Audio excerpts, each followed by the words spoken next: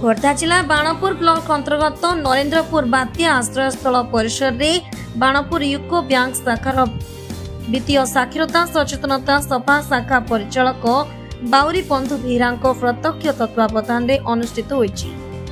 ए कार्यक्रम में नरेंद्रपुर ग्राम पंचायत निर्वाचित प्रतिनिधि सरपंच समिति सभ्य पूर्वतन 15 नंबर जोन जिला परिषद सदस्य सत्यनारायण पाल्टा सिंह पूर्वतन सरपंच बामन चरण दास जोग देथिबा बेले पंचायत समस्त महिला स्वयं सहायक गोष्ठीर सदस्य अंशग्रहण करते। शाखा परिचालक श्री बेहरा महिला मानकु साइबर ठकई ओटीपी काहाकु नदेबा ऋण नहीं ठीक भाव में परिशोध कर रिहाती पाइबा केंद्र और राज्य सरकारक प्रत्यक्ष आर्थिक सहयोग लाभ पाइबा आदि आलोचना करिथिबा बेले सत्यनारायण पाल्टा सिंह और बामन चरण दास खिलापी ग्रहित माने रिहाती भाव में ऋण परिशोध कर पुनर्बार ऋण नहीं पारिबे बुझाइथिले। खोर्धारू Prabodh Biswal report MS news.